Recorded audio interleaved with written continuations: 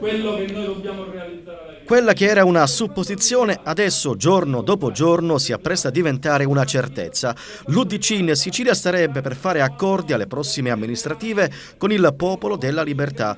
Lo ha fatto intendere anche il senatore Giampiero D'Alia, coordinatore siciliano dell'UDC, che nel ribadire l'inesistenza del terzo polo nell'isola ha dichiarato di non sentirsi vincolato ad alcun patto di coalizione, non escludendo di poter fare alleanze anche con il PDL per vincere le prossime tornate elettorali. Le affermazioni e le intenzioni di D'Alia sono state recepite anche dal sindaco di Agrigento Marco Zambuto, che cerca nuovi alleati e prepara nuove alleanze per continuare a governare la città. Oggi siamo innanzi a un quadro politico che su un piano nazionale è cambiato.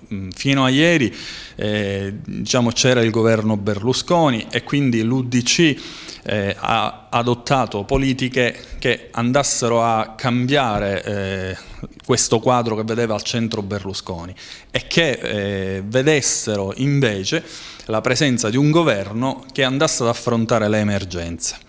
Questo è stato fatto a Roma, questo si vuole fare a Palermo, nel senso che i segnali che sono lanciati al presidente Lombardo sono segnali di chi vuole affrontare le emergenze, ma per affrontare le emergenze bisogna avere un quadro politico chiaro e soprattutto sapere chi sono gli alleati. A maggior ragione poi quanto succede in provincia e soprattutto nella provincia di Agrigento. A oggi l'UDC ha un rapporto solido con l'API di Rutelli e questo fa sì che si vada insieme al momento elettorale.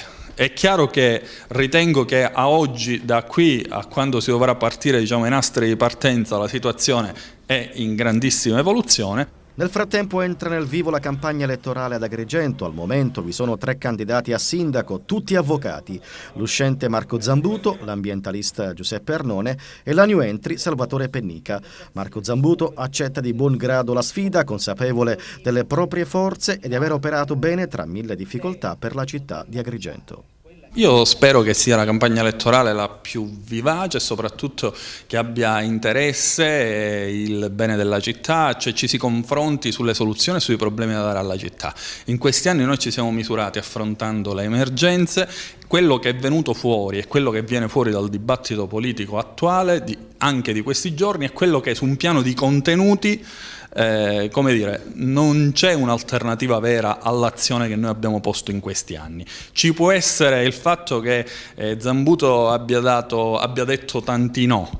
Abbia detto tanti no ai maggiorenti, abbia detto tanti no ai politici per non occupare nuovamente il comune di Agrigento, e questo vi devo dire mi fa onore e ne vado orgoglioso per il fatto di avere tenuto dritta la barra e avere fatto sì che il comune non venisse ripreso così come volevano in tanti. Se l'aspettava l'ascesa in politica di Salvatore Pennica? Guardi, è un fatto, quello della partecipazione da parte dei movimenti, delle associazioni, è un fatto importante e proficuo per la città. Ritengo che sia un contributo importante alla democrazia cittadina.